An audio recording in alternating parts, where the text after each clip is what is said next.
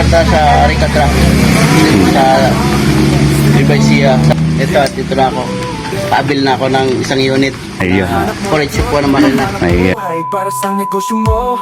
Sir, paki-OFW natin. Baka sakaling gusto nila mag-avail ng ganyang unit eh. Shoutout sa mga tropa ko dyan sa Ayun. New Zealand, sa mga nakapari ko dyan dati. Ayan si Madam. Shoutout sa inyo.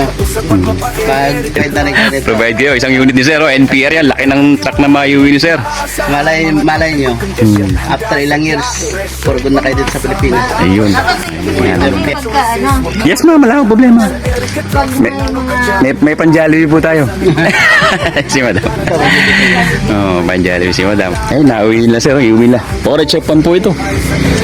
Ayan. Ayan.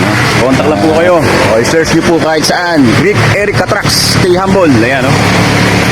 Marami po tayong pagpipilian. Ayan, oh. Ayan.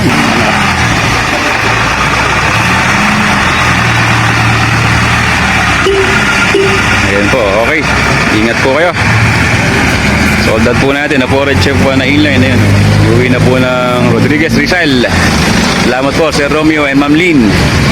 Tulong po yan sa Eric Rica Trucks. Stay humble. Tumawag lang po kayo sa number na yung screen nyo. Salamat po and God bless.